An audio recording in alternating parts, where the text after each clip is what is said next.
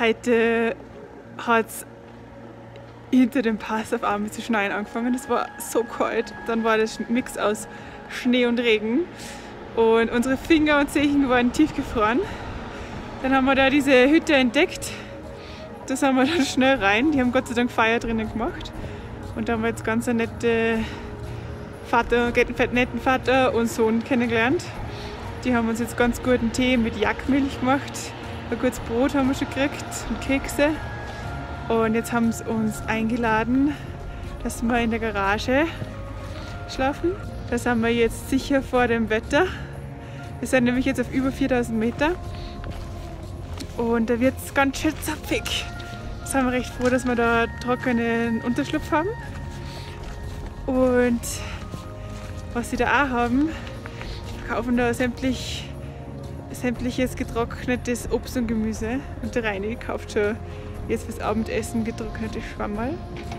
Und vielleicht gibt es auch noch getrocknetes Obst.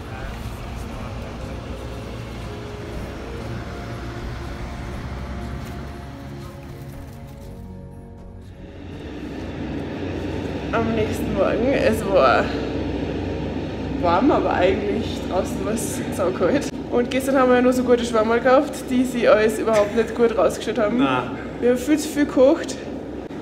Und weil es so lecker war, essen wir es jetzt gleich zum Frühstück nochmal.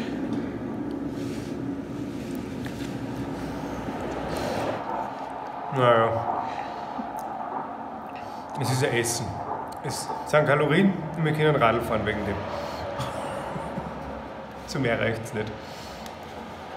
Zum nächsten Mal. Bye bye. Bye bye.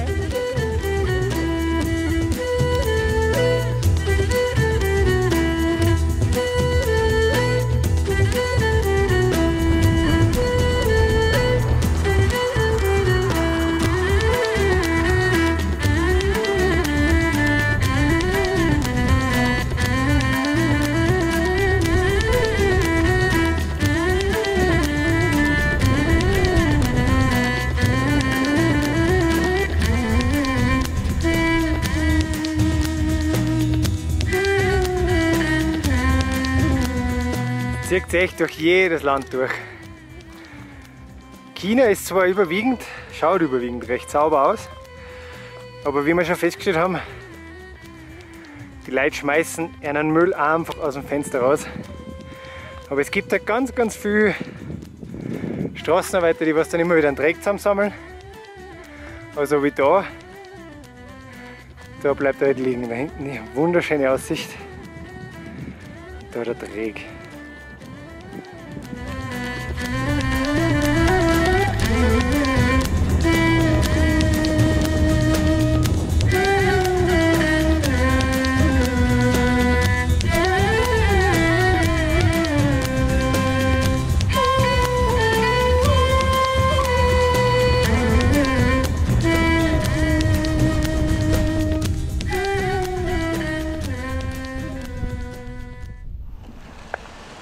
Stehen wir da gerade vor einem Frauenkloster und fragen, ob wir da in der Nähe unser Zelt aufstellen dürfen.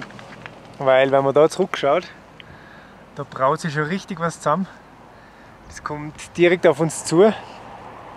Und jetzt hoffen wir, dass uns die Frauen im Kloster, neben einem Kloster oder vielleicht da drinnen, schauen wir mal, ob wir da schlafen dürfen, ob wir einen Schutz vor dem Unwetter finden. War richtig lässig. Die Angie ist jetzt schon mit einer Nonne reingegangen. Ja, schauen wir.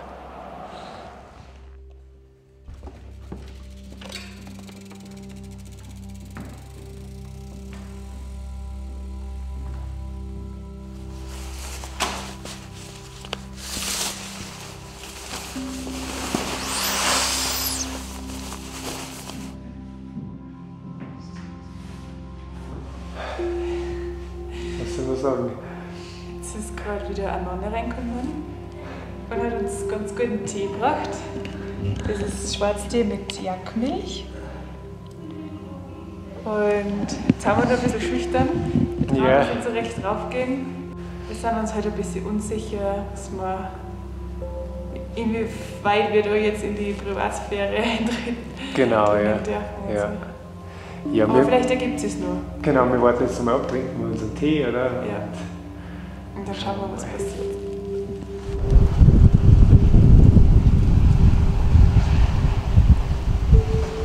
Ich war echt so ein Glück, dass wir jetzt in dem Kloster sind und nicht unter Froh.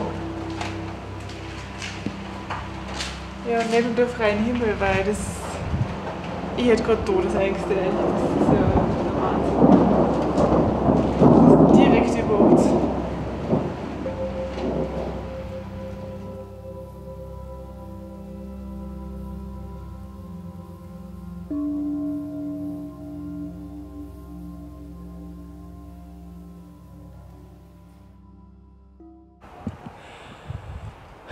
So, jetzt sind wir wieder unterwegs. Ja, gestern war ein unglaublicher Abend wieder, war wirklich eine richtig coole Erfahrung. Am Anfang haben wir uns nicht recht traut, raufzugehen und irgendwie am Leben teilzuhaben. Aber sie sind dann gekommen und haben uns geholt zum Abendessen. Das Abendessen war richtig gut. Das Problem war, dass wir vorher schon Abend gegessen haben und sogar extra noch nachgenommen haben beim Abendessen, und dann haben sie uns auch noch was zubereitet. Jetzt haben wir halt trotzdem gegessen, aber es war halt viel zu viel dann. Ja, und zum Frühstück haben sie uns wieder geholt. Das war jetzt ein spannendes Essen. Ja, war irgendwie ein Milchreis mit Jackmilch und mit Jackbutter drin. Das Ganze war salzig. Boah, ja, gewöhnungsbedürftig. Dazu halt wieder Jackmilchtee, und dann habe ich noch irgendein Getreidemehl mit Jackbutter und Jackmilch und Zucker angerührt, zu so einem Bad, kann man fast sagen. Teig eigentlich. Ja, und das war halt jetzt unser Frühstück. Ja. Und zum Abschied haben sie uns jetzt noch Äpfel, Nüsse, alles Mögliche mitgegeben. Also super nett. Und ich muss noch was erzählen. Ich muss noch ein ganz spannendes Erlebnis loswerden. Und zwar die Toilette im Kloster ist außerhalb vom Kloster und ist gemauert und getrennt Männer und Frauen. Es gibt nämlich 2 Männer in dem Kloster, das sind die Lehrer, und 68 Frauen. Für die gibt es 4 Toiletten. Also es ist ein betonierter Raum mit 4 Sektionen und die sind abgeteilt mit einer Mauer, die ist ungefähr so hoch wie die.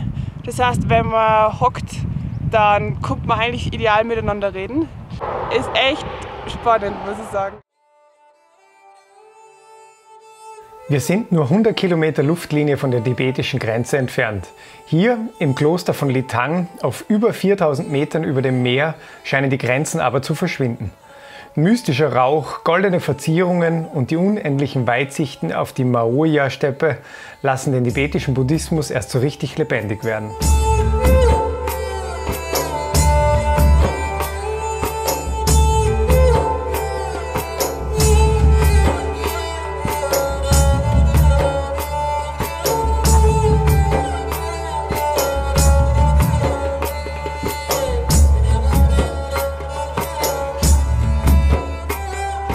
Lithang ist der Geburtsort des 7. und des 10. Dalai Lamas und folglich für viele Tibeter ein Ort mit großer spiritueller Bedeutung.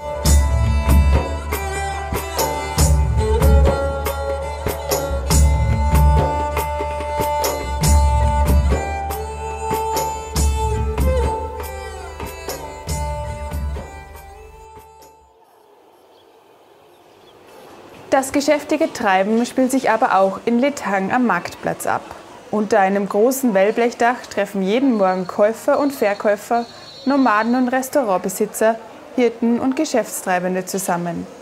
Neben den Einkäufen des täglichen Bedarfs wie frisches Fleisch und Gemüse wird hier auch der wichtigste Tratsch und Klatsch ausgetauscht. Wer dann noch das prächtigste Jackherz des Tages ergattert, kann erfolgreich in den Tag starten.